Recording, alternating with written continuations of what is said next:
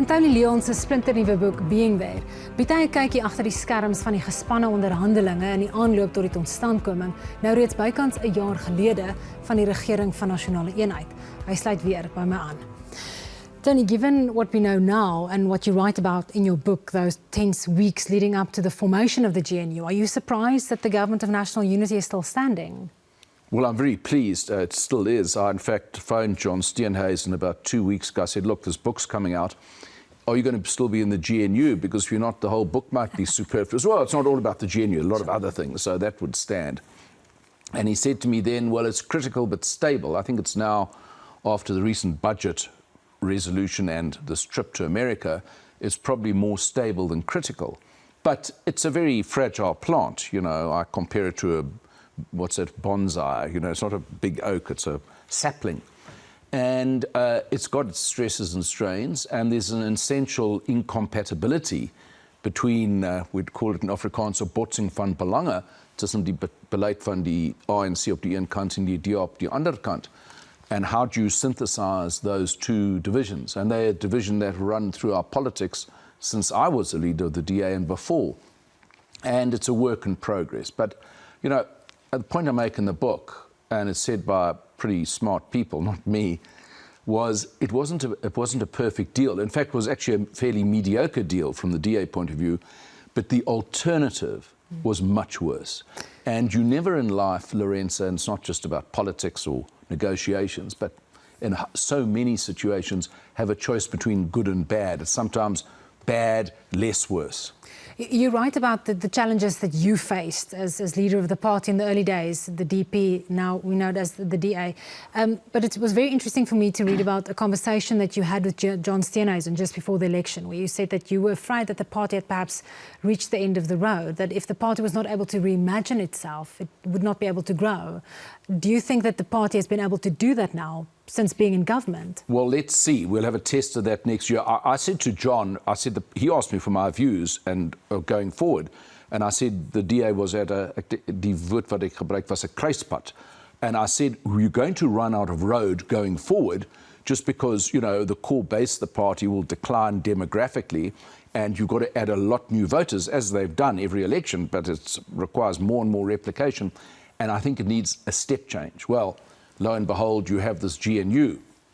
And that is a radical change in the sense, for the first time, basically, since F.V. de Klerk, who also features much in my book, was in government in 1996 and then left the first GNU, that you have an opposition party like the DA, which is, after all, the DP and the NNP, is saamgesmeld onder die vandel van die DA, back in government, but in a very different government where the governing party, the ANC, cannot govern without support from other parties. Under FW's leadership of the previous GNU, the ANC continued to govern because the ANC had 62% of the vote. The ANC's only got 40% now.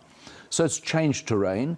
And I do think that by being in government, the DA can get rid of this image. And it is an image. It's a beeld of a klug, that somehow it's a party of white interest rather than a party of broad South African interest. Because, after all, there are DA ministers now at the coalface of hugely important portfolios like Home Affairs, where millions of South Africans, most of them black, since most South Africans are black, are dependent on corruption-free delivery of basic documents to live their lives. And if a DA minister can demonstrate that, or do good things in public works and infrastructure and create more work opportunities, people might turn around and say, well, I would never have thought of that party before, but maybe this time, if we had more of them in government, we'd have a better country and a better government. And obviously, what you get out of government, to some extent, depends on the percentage you bring into government. And I think people sometimes lose track of the fact that the DA is a 22% party, not a 52% party.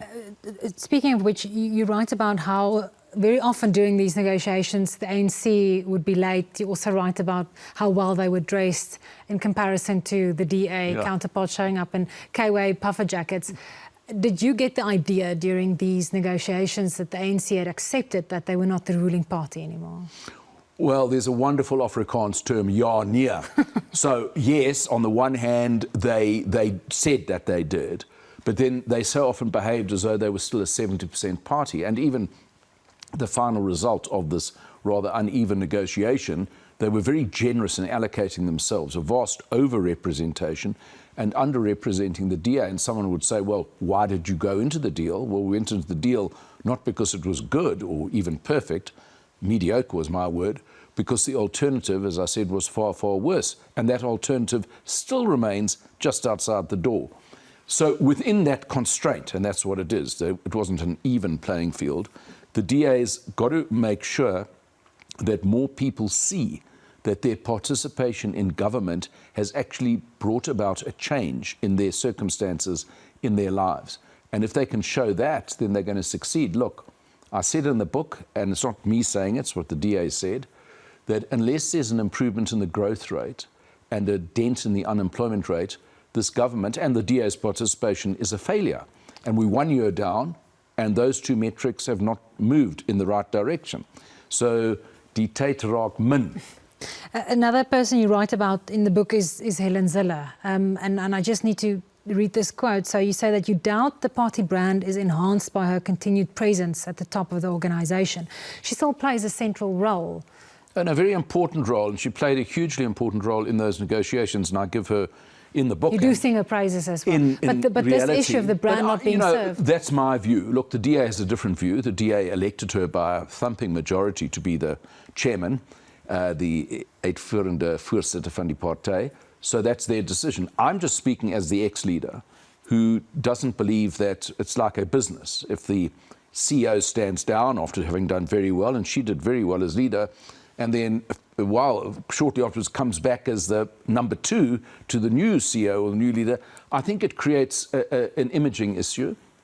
But, you know, it is the Democratic Alliance of South Africa. It's not the Communist Party of North Korea. So they do make democratic decisions, and they will no doubt look at their leadership next year when they have a Congress. And I'm not going to prescribe. I don't try and rule from the political grave. I make a point about when's the right time to stand down. And that's an opinion. And people are free to accept it or reject it. On that point, Tony, I mean, you write about Nelson Mandela and the many masks that he wore, and that perhaps, you know, we'll have a different view of F.W. de Klerk as time goes on. How do you think you will be remembered as a politician? Well, I suppose, you know, I keep writing these books because I want to write my own history, so I'll be well remembered. Please don't stop, because they're so well written. Thank you. You know, I don't think you can be a public figure and make any kind of worthwhile contribution without making enemies and having some opponents. I long to be loved by everyone. That's what I say. My dogs love me. Well, that's my wife, I hope, loves me. I think she does. But the truth of the matter is that I didn't set out to be everyone's mate. And I had to do some very hard things when I was head of the DA, which upset a lot of people, because I felt they were the right things to do to advance the party. And sometimes I offended my friends. Sometimes I had to propitiate my enemies in politics, because I felt strategically that was the important thing to do. Because I was driven by a deep faith, not just in the cause of the party, but in a wider cause of individual freedom, market liberty, and equality under law. And those remain my principles. And I've tried to affect them for good, bad, or in an indifferent way. People can judge that. But I hope no one misjudges my commitment, even if the results were less than perfect. Tony, thank you so much for joining us. En aan die kykers, die boek is nou op die boekrakke. Maak seker julle lees dit. Thank you, Tony. Baie dankie vir die. En so kom nog 'n uitsending van In Gesprek tot 'n einde. Dankie vir die inskakel. Ons maak volgende week weer so. Goed gaan. Tot dan.